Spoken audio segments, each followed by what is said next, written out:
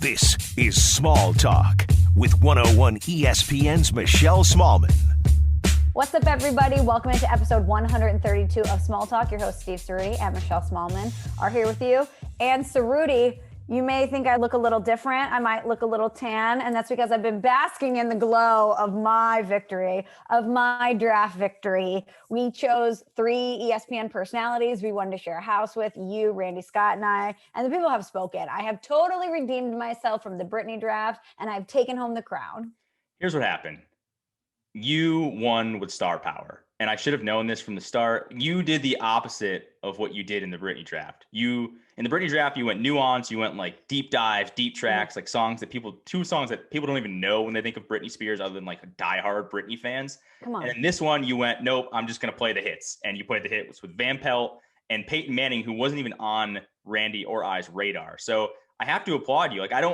I like my house better. I think Twellman, Rossini, and Damien Woody, all of whom, by the way, were fired up about it on Twitter. I think I had the most active group. So which I think proves that I might actually have possibly won this, but the people have spoken, and I think you did win in a Twitter landslide. But it's no surprise because people are going to look at that and go, "Oh, Van Pelt and Peyton Manning, I'm in." Right.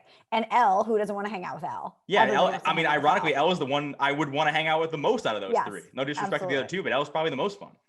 So just for the notes, for the minutes on this podcast, for the record, House Smallman coming in with 62% of the vote. House Ceruti in second, 24%. And poor Randy Scott, 14% of the vote. Yikes. A-Rod. I think we all knew it was a mistake, especially with his first pick. We were talking about this. He had the best pick, I think, of the draft, like the most value with Marty Smith in the second round. Great pick. Didn't even think about that. Great pick. Absolute great value there. But his other 2 picks, I mean, I love Louis Riddick, but he's kind of intimidating. I'm not sure. I don't know how he would be. And maybe he'd be great. I have no idea, but I don't know. And that's the question. That's why I can't take him on this list. And A-Rod, I don't care if J-Lo comes along. I'm just not interested in hanging out with A-Rod. So not surprising for Randy that he's in last there, unfortunately. But anytime you go on a trip with your friends, you don't let one person bring their significant other. There's no way that all of a sudden we're going to make an exception for A-Rod to bring J-Lo into the house, because if that was the case, I would have to do a scouting report on everyone's significant others. And that was not the concept here. So I think Randy, while the thought process is correct, because yes, if you can get J-Lo in the mix, you want J-Lo in the mix. That's not how this plays. And A-Rod could be cool. I don't know if he's turned a leaf. I don't know if he's a fun hang, but it's such a wild card. I wouldn't have gone with him first overall. Exactly. You have no idea. So he wouldn't even be on my radar. But that'd be like, to talk about bringing on your significant other to this trip, that'd be like, hey, my buddy Scott, like we have a group of guys and Scott wants to bring his girlfriend. And it's like, dude, no, this is a dude's trip. We're going to Maine, middle of nowhere. Like, you're not bringing your girlfriend. Sorry, dude. Like, this is like, there's no extended guest list here. It's who was invited gets to come. Come on. Right. Sorry, Scott, leave Tina at home. She's not coming. Yeah. Come on. No disrespect to Tina, but like, what are we doing here? Tina's a great time, but she can't come. She can't come. And if you're Tina, do you really want to be the only significant other on the dude's trip? That's weird. Yeah, that house with J-Lo, like, why would J-Lo want to be there? Period. J-Lo does not want to be there. J-Lo, no disrespect to anyone in the house, but she's not. Why does she want to hang out with, Randy Scott, Marty Smith, and Louis Riddick? She's all of them great people. I'm not. This is no disrespect. Why would she want to hang out? If I was in the house, why would she want to hang out with me? She's J-Lo. She has bigger fish to fry. And I almost kind of think A-Rod would be the same way, because he'd be like, why am I here? Like, I'm A-Rod. I'm so cool, and I got all this money, and I'm famous, whatever. That's why all my people, low key, great hangs. I don't even think your people are low-key great hangs. I think they're high-key great hangs. No, I mean, like, there's no ego there. They're not like in a big time anybody. No one's they're all famous, but they're not super famous. And everyone's kind of on the level playing field. There's nobody's big time in anybody. It's just good times for the entire 72 hours. I'm just really laughing thinking about A-Rod going to J-Lo saying, hey, listen, you got to come on this trip. It's going to be you, me, and 3 other dudes. And she's it's in like the Adirondacks. Right. And she's like, I need to be putting olive oil on my face and going to dance recitals, or dance rehearsals, I should say. Yeah, J-Lo wants no part of that whatsoever. No. Absolutely Maybe not. she could FaceTime call for like 5 minutes at some point during the weekend, but she's not getting there. No way. No. Okay, so this week we are doing one of Ceruti and I's favorite things. We have an AMA, and of course, the Shelleys came in hot with some great questions, like always. But before we get to that, Steve, Sopranos update. What is this, episodes 4, 5, and 6? Yep, let me get my phone out and get my notes app up. I just want to say that obviously I know that you know me very well, and you absolutely nailed this. I love this show. And it's not surprising. It's one of the best shows of all time. I knew that going into this. I just didn't know if it would hold up. It was first season was in 1999. You know, shows back then, movies back then, like it is very different. So for 20 years ago, obviously, and I love it. 6 episodes in, I'm absolutely hooked, and I can't wait to see what happens. And I almost feel we were talking about this a little bit before we started the podcast.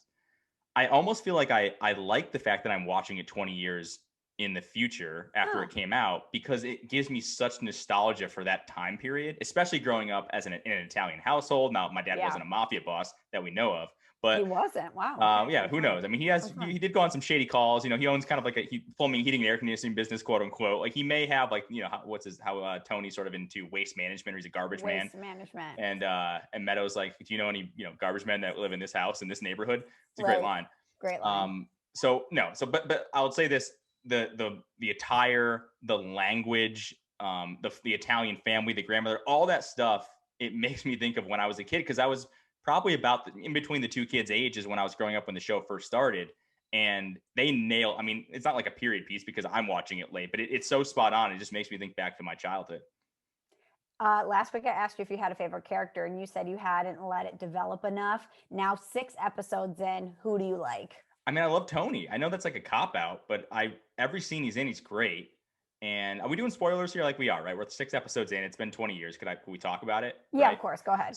Yeah, I mean, if you haven't watched the show, I guess tune out at this particular point. But you know, when I love the college episode when he goes to college, he's like kind of weaving in between going to his daughter's, you know, all the stuff they have scheduled at. By the way, did you know any of those schools? Those are all like New England uppity schools. Those are all funny you said that, because I was like, this is exactly what we talked about as a kid from the Midwest, being like, what are these schools that they're talking about? Yep. Bates, Colby, Bowdoin, like, all those are they're the, I don't know what the term is, like baby Ivies. They're just small, you know, liberal arts schools in the Northeast that are like really good schools, but no one outside of New England's probably ever heard of them, right? Ever. But they are good schools, so it's no surprise that she was going there. But I just love that episode. And then he ends up tracking that guy down who was an informant and killing him, and he's lying to his daughter about why he's got blood on his hands and mud on his shoes. Like he's just such a great character. And then he falls in love with his therapist, which, by the way, I asked you before. I don't remember that if it was on the pod or if it was off the air, and you were like, I'm not telling you anything. I definitely picked up on the vibes early there that there was something going on, and I assume they're going to hook up at some point. But you never know, I love every scene Tony's in. I think is great. If there's like a side character that I like. Do you know who mine is? Who's yours? Yeah, I'm interested. I don't know. I cannot get enough of Pauly Gaultieri. Pauly Walnuts is my everything on that show. That's the gray slick guy. Yes, he's a good character. Yep, he is so funny. He has the best lines of anyone in the show come from Pauly. He is so funny, but there's a deeper side to him that you'll see later. He loves his mother. He's just very different than everyone else. Everyone else is married and they have children and they follow a certain pattern with the Gumars. And Pauly's never been married. He doesn't have kids. He very much takes care of his mother. But he's got this certain energy to him. You're gonna really like him, I think. He's very funny.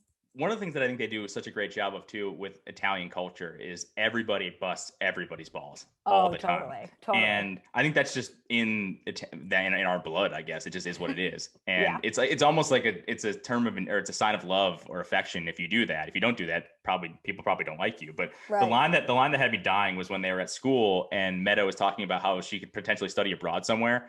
And she was like China, India, or whatever. And Tony just goes, "What are you going to study abroad in India? How not to get diarrhea?" That is literally a line my dad would say. My dad has probably said that line. Like that's just, it's so spot on to my childhood and just kind of like the way that Italians think. They're just going to bust everyone's balls constantly. You know, like in that same vein, one of my favorite things is, because my dad, my uncle, all the Italians in my family do this. If somebody says something that's a little off color or a little, I shouldn't say off color, but a little out of line, they go, "Oh!" My dad always said, "He'll go, oh." Yeah. And then if you say something that's a little too over the line, oh. Yeah, everyone just reacts immediately. Like, too far, bro. Come on. Yeah, but you're not angry or threatening, but it's like, "Oh, what are you doing?" Anyway, I love it. I'm so glad you love it. One last thing before we move on. So obviously this one of the episodes, I think it was the college episode, and it was like bleeding over into the next one where Carm is with the priest and all that weird stuff happens and they almost kind of hook up or whatever, and he gets too drunk and pukes, which is hilarious. Lightweight. Father lightweight. Well, I mean, he's probably not used to drinking that much wine, but it crossed my mind because he had like this, to go kit for being a priest, right? And he had the communion in there. And I admittedly have not been to church in a long time, but I used to go every Sunday and it was a thing. And I saw him take the communion out and Carm took the communion and I missed the taste of communion. Am I weird to think I actually like the way it tastes? I missed it. I want some, I would just snack on communion. It seems awesome. They're like little crispy wafers. Okay, Steve, we're not going to be snacking on the Eucharist, the body of Christ. No, it wouldn't be blessed, but it would be a similar type of cracker. I wonder if any sort of crackers at the grocery store resemble a communion wafer. That's actually a good question. Some of those water crackers that you could get, similar consistency. The rice crackers, you get them at Whole Foods, are kind of close to it, but they're thicker and they're more crunchy. I mean, the communion wafer is almost like paper, but it's in a good way. I'm telling you, I missed it, and I was like, I kind of want to go to church just to get communion again because I missed that taste. Okay, a couple things here. First of all, I actually hate the taste of the Eucharist because it's you go one of two ways. You either chomp on it immediately and then you have to go to get the wine, or you kind of let it dissolve on your tongue and then it gets on the roof of your mouth and you have to use your tongue to scrape it off. Either way, it's not a win. So I don't love it per se.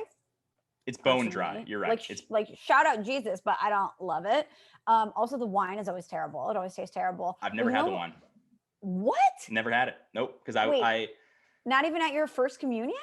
No, you're in like second grade at first communion. What are you talking about? Are you kidding? We get it. You got legitimate wine at your first communion? Yes. You don't do No, you got grape juice. No way. You have the body and the blood of Christ. Oh, we weren't allowed. No, we didn't get wine. No. None of the kids drank the wine. I don't know. And I didn't go to because I feel like when I went to, it's not like when you're in the line going up to get it from the people that are giving it out and they're like, are you 21? Show me your ID. I think once you get your first communion and you can go up there, you get it, right? That's not how it worked in Connecticut, at least at the church we went to. No way. And I didn't go to church long enough. You can't even buy wine at the grocery store. It's true. We have problems here. Okay, I'm not gonna sit here and say that Connecticut's perfect.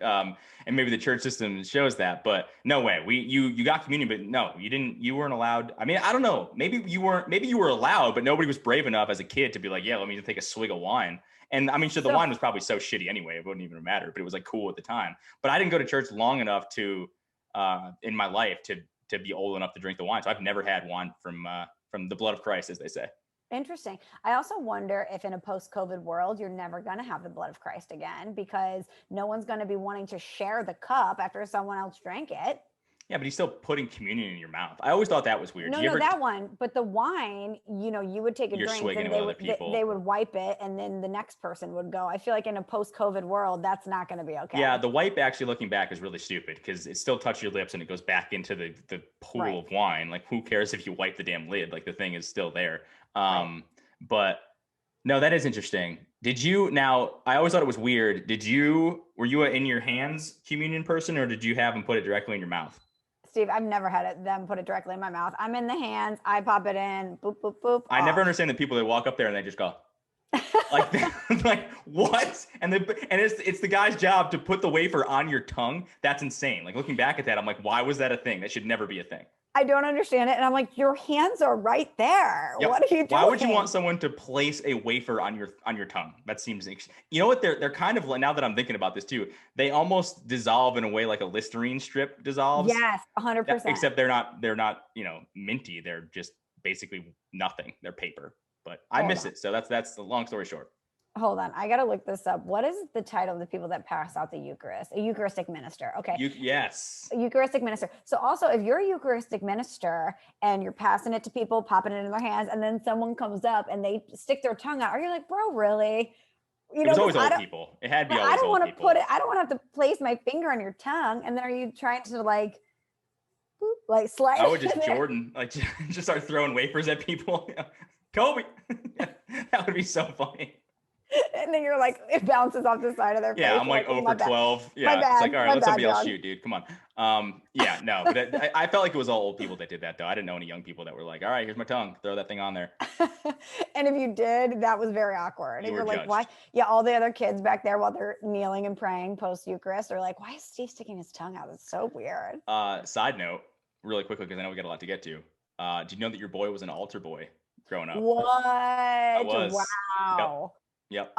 Do you know that your girl, no surprise here, was a lectern, and then I would go up and do the readings? The least bit surprising. I mean, I could have told you that if you had not told me. I feel like that's so obvious. I mean, didn't everyone that went to like Catholic school, I'm sure you guys all had to take turns doing that, right? Oh yeah, but then they would ask people to like volunteer for something, and I would always be like, and I would get up there and be like, a reading from the book of Matthew. From the was it the Corinthians? I love all the different book titles, but not reading from the book. You would be the one that's trying to like do favors in Jesus' eyes by going up and doing a reading that's for like 5 minutes, or not even 5 minutes, or like 30 seconds that nobody even actually pays attention to. Steve, one time, a priest told me if you sing, it's like praying twice. I have the worst voice on planet Earth, and I sing even to this day, sing as loud as I can in church because I'm like, earning extra points with the big man. Here's what's funny, and that just makes me think of this too, is I haven't been to church in years, long time. But I do feel like if I went back tomorrow, I would know every word to the entire thing. I would not miss a beat. No, they've changed. Oh, they did. Steve, there are some differences, and you can tell who has not been to mass when you go to mass because the responses have changed. So if someone would say, may the Lord be with you, you would respond. And also with you. Not anymore. They also say, and with your spirit is what you say. And the I don't like that. I don't like it. Yeah, and you say, and with your spirit. And then the Nicene Creed, I believe, changed. There's a couple things that are different. And you can always tell who hasn't been there in a while because it's embedded in your brain. You're right. Like you could go back and pick it up, and then they'll be like, and also with you. And you're like, it's with your spirit. Did they make an announcement at church one day that, hey, we're changing everything? Like, how did everyone know that it was going to be a totally different playbook from one week to another? I remember reading it, I think, online, and then maybe, it was said at church, but it was one of those things where the first time I went and it was different. I was the one that was saying, and also with you. And I was like, oh, everyone's like, wow, loser. I know. I was like, shit. And you know me, like I said, I'm really vocal. I'm loud. I need the Lord to know I'm there. And I'm like, and with your spirit, and also with you. And they're like, with your spirit. Yeah. People were like, this noob, get her out of here. Yeah, she's like, what a fraud. She clearly hasn't been here in a long time. They're like, oh, you're here on Easter, real original. Yep. Yeah, she's one of the 4 holiday people. There you go. Totally. Oh, totally. Well, I guess then I'm wrong. I guess now I'm definitely not going to go because I don't want to look like an outsider. No. I'll send you the cliff notes. Okay. We'll get you up to speed. But if you miss the Eucharist, Steve, I don't know when you're going to be allowed to go back to mass, but you could do what my family does. And we do virtual mass on Sundays. You could always just like log on and stream live at your favorite church. I need to sign up for that. And then they could send me the Eucharist and I can just eat that and not have to show up at church. That's what I'll do. Do you get like Amazon Prime, the Eucharist? Probably. I'm sure you could buy that stuff anyway. I always wondered where they who makes that and who makes the wine. They don't just like go down to the local package store and pick up a bottle of Josh and pour that into a bunch of cups like they do. That's probably not how it goes. Steve, you can literally get Eucharist wafers, Amazon Prime to your door for $10.50. How many? Like hundreds? You can get, it's called Priest Altar Bread. You get one box of 50 wafers. Okay. I may do that. $10.50. I just miss it. It's like really ultimate nostalgia. Steve, you could get a container of 1,000 pieces of Eucharist. Unblessed, obviously, for $20. What about blessed? Then it's like $2,000. I don't know, but if you want a cross design, it's going to cost you more. Yeah, I do probably want a cross on there. I want to keep it original, authentic. Also, just so you know, you can get, this is amazing, post-COVID world. You can get a pre-filled cup of wine. It's like a little, almost like a cake cup. Do you see that? Oh, that's kind of dope. Called the Fellowship Cup, $30.99. I mean, you could just get this sent to your door. You could log on and stream mass, and you're ready to go. I'll skip the mass part, but the rest of it I will definitely do. I'll be in. Just like snack on the wafer, Steve. That's like sacrilege. Why not? Just popping them like goldfish. Why not? I don't know about that. They're not blessed. It's not like I'm disrespecting the Lord. I know, but I don't. This doesn't sit well. Let me do me. Let me live my life, Michelle. I'm over here singing. like I'm praying twice. So don't like take points from the small talk squad with God. Okay, we don't want to piss him off. That's true. Okay, well let's. Now that we've taken like one of our detours, classic, weird detour today. Let's jump into our AMA, our Ask Me Anything. Let me pull up the questions. So we both posted this on Instagram. The Shelleys delivered as always. Can I give you one right off the bat, Steve? Yeah, fire away. because I loved this one. Someone wanted to know, what is your most embarrassing on-air moment? They said TV, radio, or pod. Yeah, I mean, I have one. It was probably the most embarrassed and mad I've ever been in my life. True story. Okay, please And reveal. I think you know this, and a lot of people that have watched the Will Kane show probably know this as well.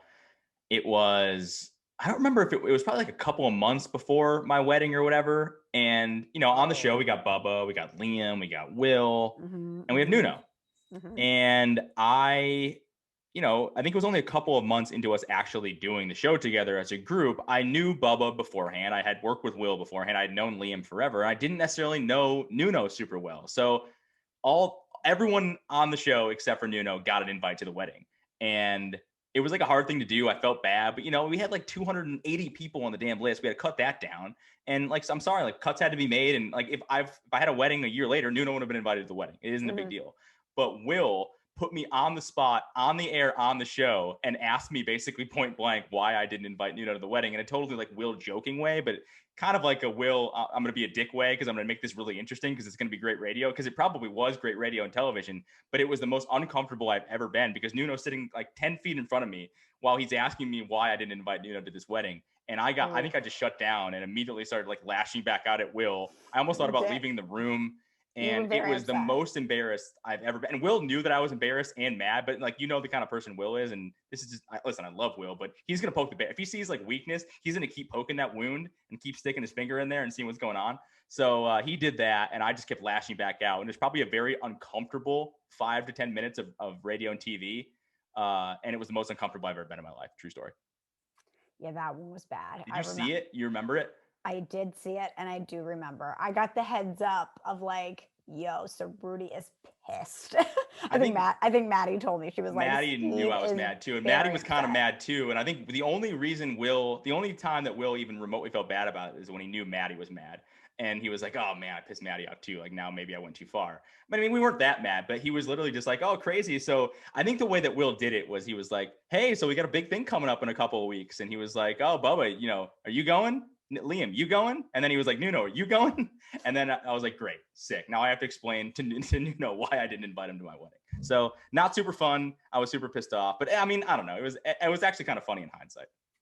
Yeah, but that's very embarrassing and very uncomfortable because you love Nuno. It's literally nothing personal, because Nuno is the best. One of my favorite people on earth, period. He's awesome. Of course, he's amazing. But I understand you have a number that you have to hit, and you have to start redlining people. Listen, a lot of couples have to do that, and that sucks. If it was up to me, there would have been like 7 people at my wedding. I didn't want that many people at my wedding, but I have a massive Italian family, and we've been blessed to have a lot of friends. It is that way. I didn't want a 300 person wedding, and that's where we were headed. So sorry, Nuno, but I think we're cool. So it's fine.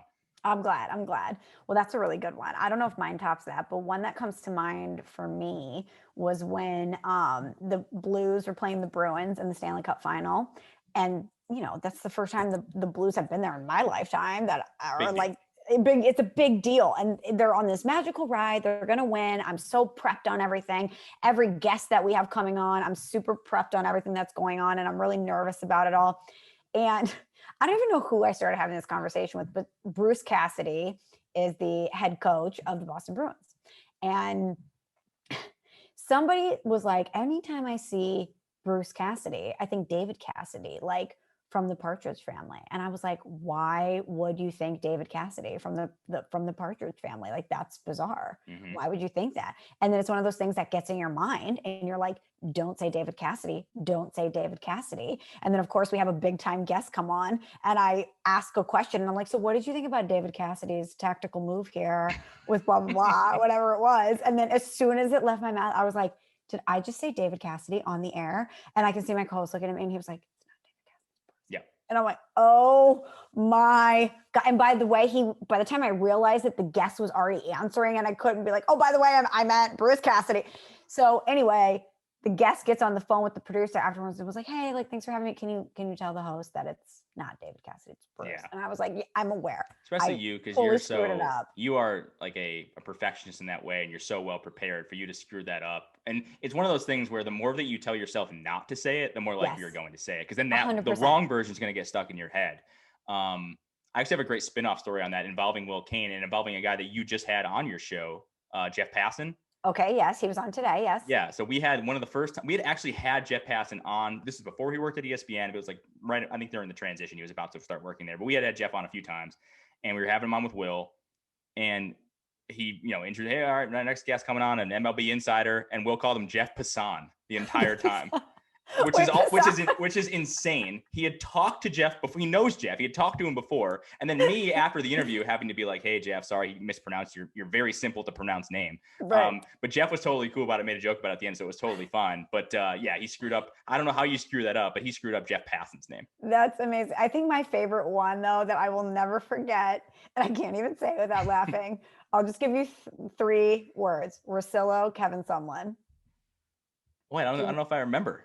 Thanks as always for your time, head coach. Oh, yes. Oh, yeah, thanks as always for your time, head coach. Yes. Yes. Wasn't that Kevin Sumlin? It was Kevin Sumlin. Yep. You're bound to have word farts when you talk that much, but and Ryan doesn't have a lot of them in that way. He's like but never he totally had it before. Screwed that up. Yep. It was like an amazing interview, and then he clearly like didn't stick the landing. But I just remember us being like, did he just say thanks as always for your time, head coach? It was like staggered. It was like thanks as always for your time, head coach. It was staggered, and we played it on loop for days, months, years. I mean, it was yes. I didn't recognize it right away because I didn't know it was someone, but it was someone. Yes. That one was so funny. And then the other one that we'll always remember is when Ryan was, I think, in LA, and he and Danny were doing the live feed or the remote connection, and Ryan dropped out. And Danny was like, "Oh my God, I have." That is my favorite picture from the show ever. Hold on, if you're watching the YouTube stream, if you aren't, first off, you should. Yeah, but I have it saved in my phone. Hold on. I know I have it. Damn it. That was so funny. And then we were like scrambling because we had to find sound because he had to fill the time. But his face when Ryan dropped out and we realized that he was going to have to fill like 7 minutes. To everyone on the YouTube stream, you're welcome. This is one of the greatest photos of all time. This is when Danny shit his pants, realizing that Ryan's line dropped, and he had to do probably 5 minutes solo. Yeah. Can you zoom in on his eyes, because the panic in his eyes are so good. It's just such a good photo. I love Danny so much, but that is the funniest thing. That's the best picture of Danny ever. I have 2 favorites in my phone. One is a picture of Mumford, and the other is Danny. That picture of That's Danny. That's a favorite? It's a favorite. Oh, of course. I need to bring it up whenever it's called upon. Come on. That was a good work by you. Amazing. I know. Also, if you're having a rough day, pull that up. For sure. It's one of the highlights of my 8 years at ESPN was just that one still shot alone. Anyway. So funny. Okay, you're up. Okay. What is the funniest way that you've ever broken the law? Do you have one? You want to go first? Funniest way I've ever broken the law. Does riding on public transportation in a foreign country without buying a ticket count? Because I have a story there. Yeah, I mean, it's definitely breaking the law, and it could be funny. It's like, I don't know if that's theft or, what law you would be breaking there. Yeah, you're stealing a ride. I'm stealing a ride. So I was in Rome with my friends. We went on a weekend trip to Rome, and we got after it the last night that we were there. It was intense. It was like our when whole in Rome, squad, do as the Romans do. When in Rome, man. So it was our whole squad, and then there was a whole other group of like 7 to 12 people from Illinois that we knew there. So it was like, 20 something American kids getting together in Italy. Of course, things are going to get weird. So we wake up the next morning and we have a train that we have to catch to take back. And we had gone out, and, I'm not Daddy Warbucks over here. Girl was on a budget, and I definitely browned out and definitely spent my money on some Aperol Spritz. And so I was like, oh my God, I wake up, Steve, top 3 hangovers of my life. Like, I am in physical pain thinking about that morning. So my friend Dave and I are like, we got to haul ass to the train station. Our other friends had left to go on somewhere else. Our other squad was like, okay, we're going to meet you back in Verona. And Dave and I were like, oh my God, we got to make the train. So we get to the train station, and Dave's like, do you have any money for the ticket? And I was like, wait, no, I have like €0. Do you have any money for the ticket? And he was like, no. So we're like, what are we going to do? So we, scuttle on there, and we hide behind some people, and we see the guy coming around, and he clicks the tickets. And so we were like, what are we going to do? So we went and we hid in the bathroom, the entire 2 hours. We hid in the bathroom the entire 2 hours. We started calling ourselves the boxcar children because we were like, we're gonna get caught and get kicked out. Did anybody knock on the door being like, what the hell is going on here? Yes, and think about how tiny those bathrooms on a European train are. And here's me and my friend Dave, like hung over, like, and they're together being like, just please let us get home. We have no money. And we had those like slide up phones that you had to put money on. Yep. So we couldn't text or call anyone. I, for some reason, didn't have my debit card with me. We had zero funds. We were literally hitchhiking and like illegally doing it. And so we were the boxcar children. I don't know. International theft. There you go. There you go. You're an international criminal. It's not a great story, but I remember being like, should I email them some or like mail them some euros? I feel really badly about that. Yeah, come on, get out of here. Although it is scary because the Europeans, like, they don't mess around sometimes and people steal, like they're old school in that. And oh, well, you know what? I saw many an Italian person pickpocket in America when I was over there. So maybe we'll call it. They prey on the tourists for sure. Yeah. I saw many a wallets lifted off the train. Mine is, I mean, like the statute of limitations is gone on this. So I guess I'll just share this story. I used to work at a grocery store in my hometown called Tops Market. It was like an IGA market. And, we would it's like Stop and Shop ish, but it's smaller. Okay. It's a chain, but it's smaller. Okay. Stocking shelves, register, cleaning up shit. I don't know, all of the above, whatever needed to be done. And like 3 of my other friends also worked there, which was a terrible idea by whoever was hiring because we were not efficient whatsoever. We would like play catch with the paper towels in the paper towel aisle. We would constantly probably like steal rolls from, the bakery. They were good, whatever. The bakery guy would hook us up. But the funniest thing that we did was we would always steal Gushers and beer from the store. So we would literally just like open up a pack of Gushers, put it in the back of the row so no one actually know. We would just, every time we'd go by, we'd take a pack of Gushers. We probably ate hundreds of packs of Gushers, I would imagine. Hundreds? There over the course of like years of working there. Oh, easily. And the beer, what we would do, because we were underage and we would be like, want to be cool. And like, it was like kind of like super bad where it's like, I got to get beer for this party to be cool. So we would take the empty boxes that like water would come in. They're like cardboard gray boxes that like the Poland Spring 32 pack would come in. Mm-hmm. We would put a 30 rack of like Coors Light in there, close the box up and be like, oh, I got to take the boxes out to the back to recycle. And we would take it out and I'd put the box in the back of my car and I had free beer for like most of high school. It's pretty sick. You are a robber. Yeah. Looking back, it was like, I think I ended up telling my parents that one time and they're like, not our proudest moment to have you as our son. But honestly, I never had a problem with beer in high school. And it's not like we were like degenerate weirdos, but you stole it, Steve. We did. But honestly, we were criminally underpaid. I think we were making like minimum wage. We had to wake up at the butt crack of dawn on like Saturday morning. We earned the 30 rack every other week or so. So honestly, it's not that big of a deal. But I kind of look at it like we were cool as shit. We always had beer. You were McLovin. I did not know that. Mine is the best. Yes, but yeah. McLovin from Hawaii. From Hawaii. Okay, good one. Although I'm shocked that you would steal something. I know. I wasn't like the clean. Maybe that's why I stopped going to church. But who knows? This is a different story for a different day. All right, next question. If you had a Freaky Friday scenario, who would you swap with? You get to be them for a day, but that person also has to be you. Good question. So it's like a day. They have to be me. I'm going to be them. Yep. I was trying to think of whose life I wanted to live for one day. Just one day. Like I'd want to live someone's life for a year or 2 years who's rich because then you can live that life. But like, what can you really do in one day? So I kind of feel like I have to be an athlete.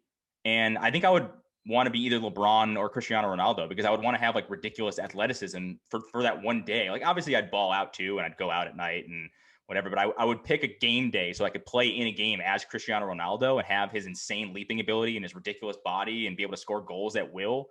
That's something I could never have any other time in my life, really. Or imagine like being able to dunk like LeBron for one day or like be a playmaker like LeBron. Pretty cool. And yeah, the riches come along with it. So I'd have a good day as well. Like, just going out. I don't know. I try to probably hang out in LA, or if I'm Cristiano Ronaldo, hang out in Northern Italy, and it'll be great. But I would want to be able to play in a game and feel like an elite athlete. So it's probably one of those two. So while you would have the skills, it's still your brain and your thoughts. So the way that they would go about things, maybe you couldn't execute it as well. Also, then think about if Cristiano Ronaldo is you for a day, the weird things he might be saying that don't translate here in America. The guy loves a little gleam on his face. I mean, he might be putting Vaseline on your face. People will be like, why is Steve so shiny? He looks a little dewy today. What's going on? Yeah, but my skincare routine might be better for that day. He'd probably help me out a little bit in the True. the Fair. self-hygiene scene. I don't know if he'd really fit in central Connecticut. He'd probably stick out like a sore thumb and wouldn't know what to do because he's used to living a life of luxury. But that But it's is still you. He's just inside you. yeah, no, I know. But he's so you have to just like hang out on the couch and hang out with my dogs and Maddie and I don't know, work from home that day. I don't that's a sick life. But It's gonna be like, I don't know how to edit this podcast. I don't know. But I also think it would be funny if I was Ronaldo and I had like the knowledge that I had and the skill that he had, and I would just I would look like a fish out of water out there. And that might actually be kind of funny and be like, what was this weird Ronaldo performance out of nowhere where he just looked like he couldn't possibly figure out how to kick a soccer ball? I think that'd actually be kind of funny. Who's a great comedian? Who's a great comedian that you love? Like, what if I was Dave Chappelle for a day and Dave Chappelle was me? Think about how many people would really like me, though. They'd be like, wow, Michelle is hilarious. Yeah, but do you get his joke telling skills, though? It's like the same thing as Ronaldo. Like, do you get No, his, I'm you don't get saying his he mind. gets. Oh, He's telling jokes. He's telling jokes yeah. for me. So everyone That's a thinks good that call. I'm funny and I still get to live the celebrity lifestyle because I'm Dave Chappelle. So I clearly have the funds. I clearly have the celebrity friends. I can call up Kanye and be like, tell me what's going on, Kanye. I feel like I'd have the scoop and then I could come back as me and know the info. Or I could, as Dave Chappelle, like, Kanye, sit down for a one-on-one with Michelle and Steve on Small Talk, give your side of the Kim divorce. Huge ratings for us. Thank you very much. But I'm thinking not only about what I get to do, but how great people would think I am when we switch back. And I think maybe Dave Chappelle. You're right. And I think I didn't think enough about how the other person could help me in that one day. And that's a good call. Because then your rep would go way up. Be like, oh, Michelle, sneaky funny. Oh, wow. Sneaky fun. Like, did you hear on the show on Friday? The jokes. She was on fire. Crazy. She was so funny. Just left and right. And that's really all you need sometimes Zingers. is one good performance from a comedy standpoint where people are like, that one time. She's a comedian now. This is crazy. But then you have to live up to that, though. That's the problem, is that you don't tell another joke for the rest of your life. And everyone's like, what the hell happened? She just had like an incredible day of jokes and then it was all gone.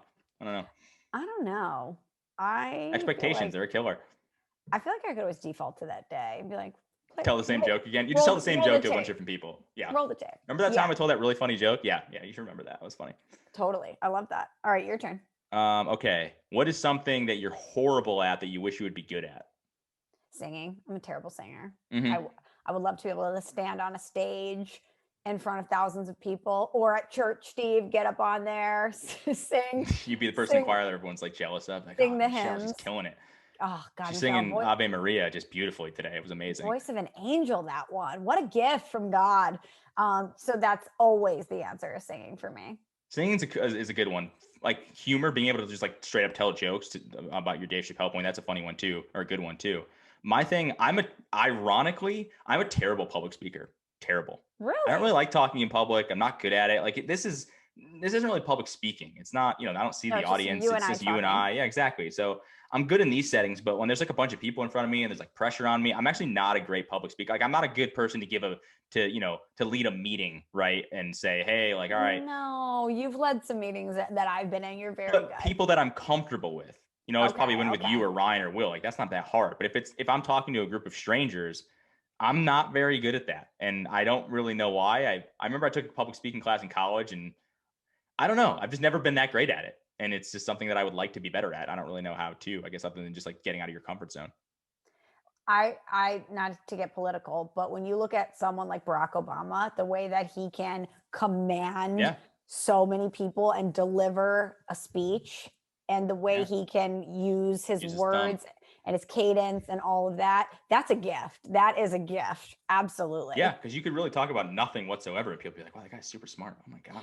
It's like Dwight in The Office. Remember when he goes and he's like banging the tables and Jim prints him out like Mussolini and Hitler videos, and he's like, we cannot surrender to the clients. Yes. We will never take for granted. But isn't it crazy that you can say, and politicians do this, like you can say literally nothing in a very eloquent way, and people will be like, this guy, I kind of like, he's got a good brain on his, got a good head on his shoulders. And you can also vice versa, be really smart and have a lot of great ideas, but if you don't present them the right way, people are like, this guy, what the hell is he talking about? He's an idiot. I don't trust this guy whatsoever. So it's all about, it kind of sucks, but it's all about how you present things. And I'm not a great public speaker. I don't know. I'll work on that. So interesting. Okay, last one from me. We had some great ones, but we're limiting it. Yeah, we had a lot of good ones. A lot of good ones. From this one is from Jacob. Do you have any recurring dreams, and what do you think they mean? I haven't had a dream in years. I don't Oh, dream. yes, you do. You just don't No, remember them. You no. I dream was every talking. night. Your brain is active. Okay, You dream every night. okay, yes, maybe that's true. But I was talking about this with a buddy actually the other day because he was saying that he had this dream, and I was like, I don't know if it's because I typically sleep through the night. The only time I ever really have dreams is when I'll take a nap or like I'll wake up before my alarm maybe. But I haven't really had one in a while, and I definitely don't have reoccurring dreams. I remember when I was a kid, I used to have this dream that there was like an alien chasing me, like a little green alien chasing me throughout my house as a kid. But I mean, I was probably like 12 when that happened. In the last like I don't know, 10 or so years, I don't remember any dream that I've had. So I have one, and it doesn't happen all the time, but it's happened enough that I remember it. I have a dream that it's like first thing in the morning, and I am sitting out on a balcony overlooking the ocean, and I can like feel the breeze on me in the like first thing in the morning, and I'm wearing the same thing every time. And sometimes there's someone else there with me, same person every time. Sometimes there's not, and it's just really weird. Like I will constantly dream that I'm in the same place. It's a place in Italy that I What do you think it remember means? being. I don't You want to like go back that to Italy? I want to go to Italy Yeah. and that the person I was there with I want to hang out with. I don't know. It's I don't know the deeper meaning of it, but sometimes I'll wake up in the middle of the night and I'll be like, because I feel like I'm there. It's very weird. That is, yeah, I don't, I mean, do dreams, has anyone actually proved that dreams do mean something? I always thought they were just like, I know there are probably, I'm sure our guy, the astrologer would tell you that dreams do mean things and whatever. I know there are people that, actually do interpret them, but aren't they just random shit that you're happened in your life that like, or that you thought about that your brain just puts together in some weird order when you sleep? No, I think it's like the interpretation of it is something with your subconscious. It's like literally things that your brain is trying to tell you. Okay, so I just Googled this. Um, why do we dream? Why do people forget their dreams? Okay, that's biological, Steve. Early psychoanalytic theory suggests that difficult or traumatic information in dreams is suppressed, and the dreamer is less likely to retrieve or analyze it. So maybe you're having scary dreams, Steve, and you're repressing them. I don't, Okay. I don't think I'm having, I mean, maybe, I don't know. Okay, how about this? Wait, remember I said I could feel the wind on me when Yeah. I was in the dream? What does it mean to dream about water, wind, and fire? So I'm looking at the ocean and I feel the wind. Okay, so this is helpful. Let's see what they say.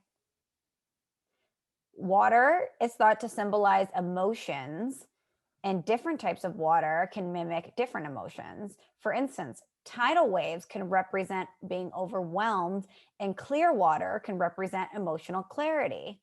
This is a classic case of the difference between you and I. There's no way any of that's true.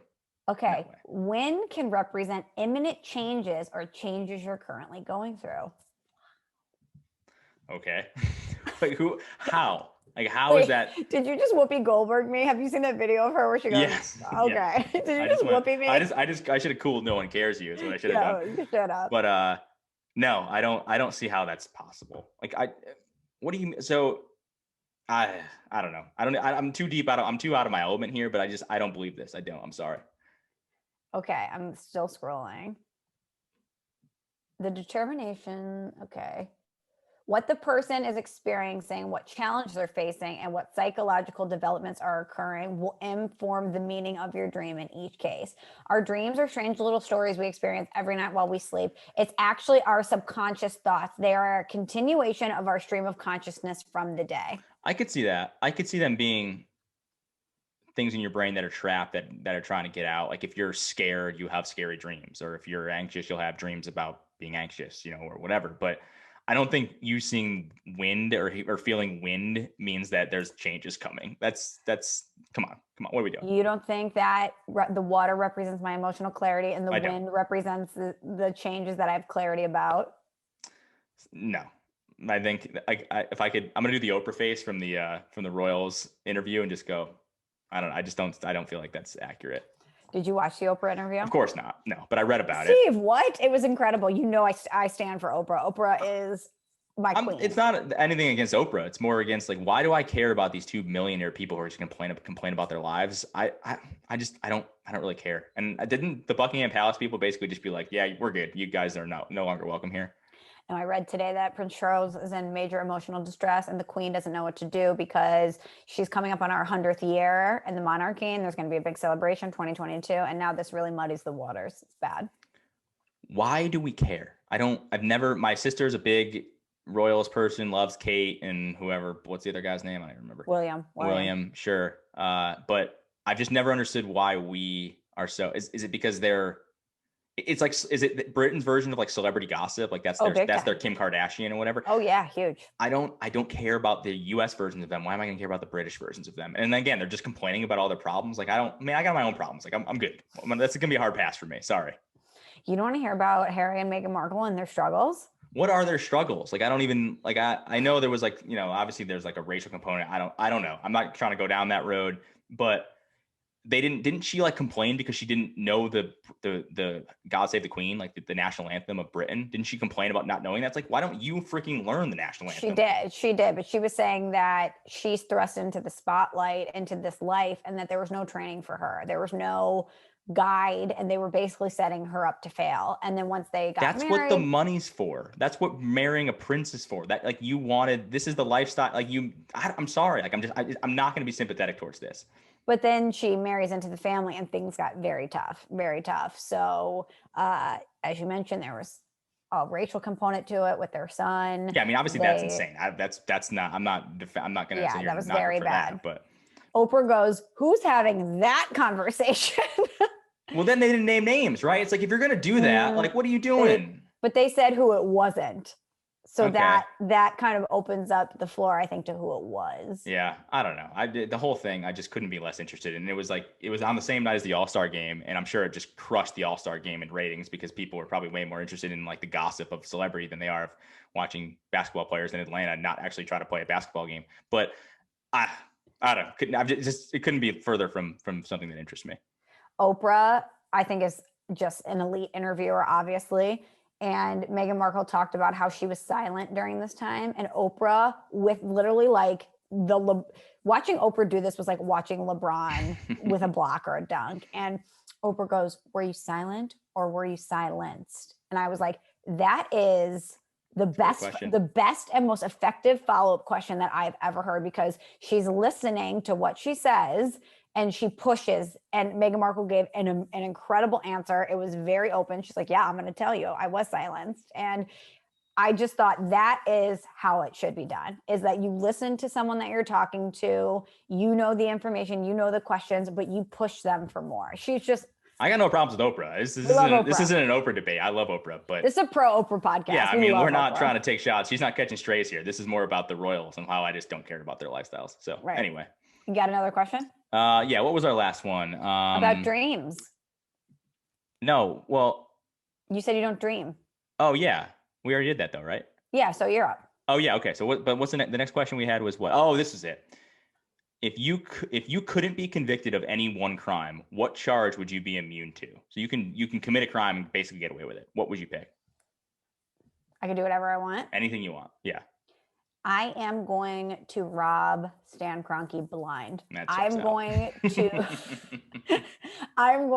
to get every last penny from that absolute D-bag, and I'm going to spend a bunch of it, but on things that he would hate, like charities and anything to do with St. Louis. And then I'm going to burn a lot of it, and I'm going to take a video of it and send it to him and be like, "There's nothing you can do about it, bitch. Nothing you can do." What about this? Because I don't really have a great one, but now I'm vibing off of yours. What if you stole all of Stan Kroenke's money and basically like bought him out of the Rams? No, but see, he doesn't care about the team. He just cares about the money. So if I'm burning the money, that's going to impact him. So you're taking the money and you're just wasting it, period. Yes, so then he's I'm wasting it. Yeah. Okay. I like that. Could you give me some of the money? I'll take that. And then I could be like, I'll be an accomplice in this, but I won't actually get in trouble too. And that'll be my get out of jail free card. We'll just steal money from Stan Kroenke. Yeah. We'll like Bonnie and Clyde this, like we will be in it together. The heist will be a 2-part thing, you and I. If you could buy the Rams and bring them back, would you? No, I would buy them and I would move them out of LA and just let that monstrosity of a stadium sit empty, because that's what he would still be paying the bills on that and not have a team to fill it up with. That would suck. But I would put them somewhere else. I would put them somewhere that would really bother Stan Kroenke, that he would never want to go, like Hartford. Hartford.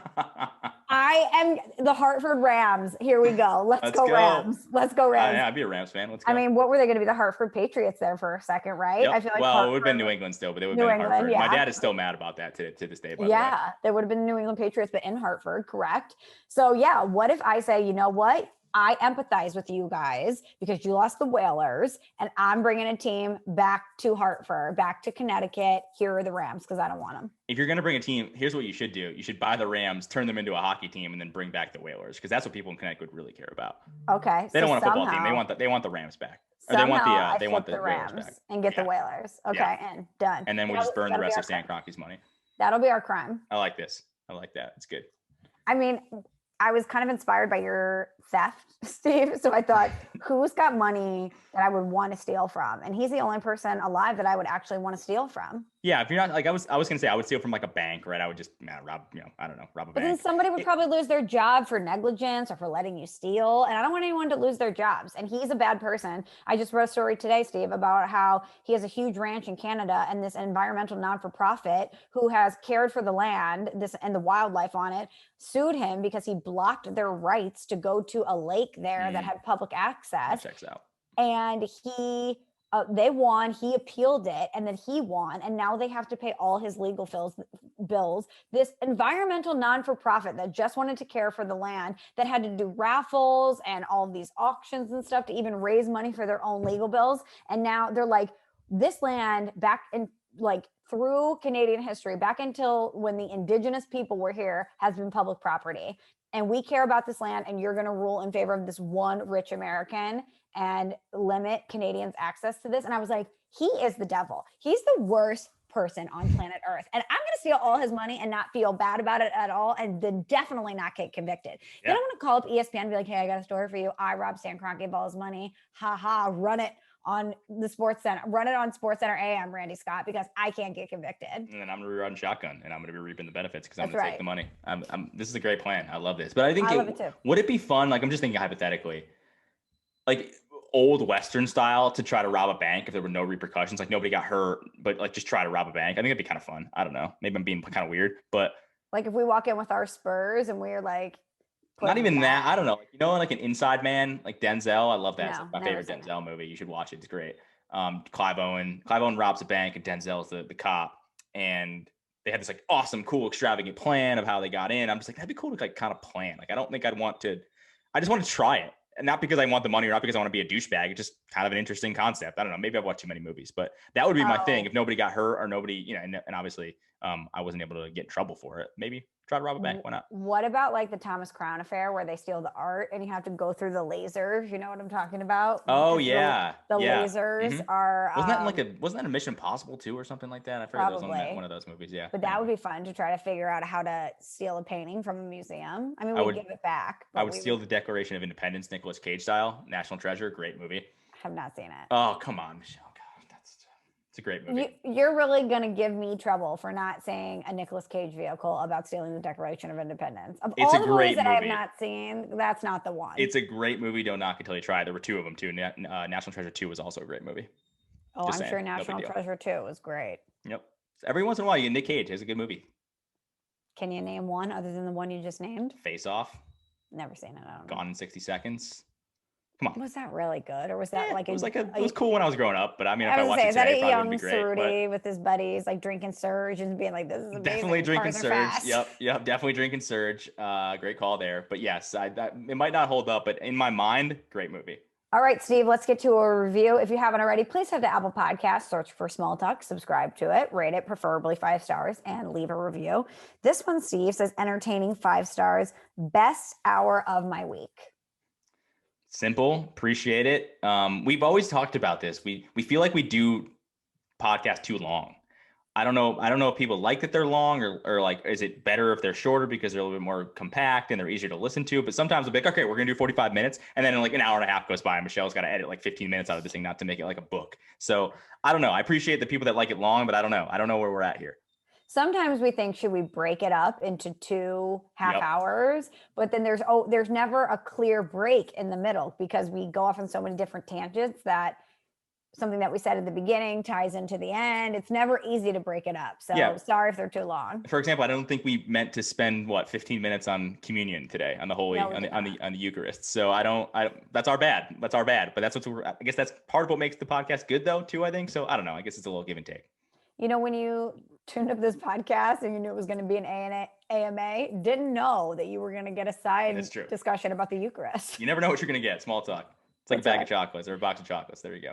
There you go. Well, thank you to everyone for listening, and thank you for watching on YouTube. And of course, head to our website, smalltalkpod.com, where intern John will, of course, have a breakdown with this on the amazing Shell Talk blog. If you haven't checked it out, please do. John is an incredible writer. He's very, very talented, and I think that you will enjoy it.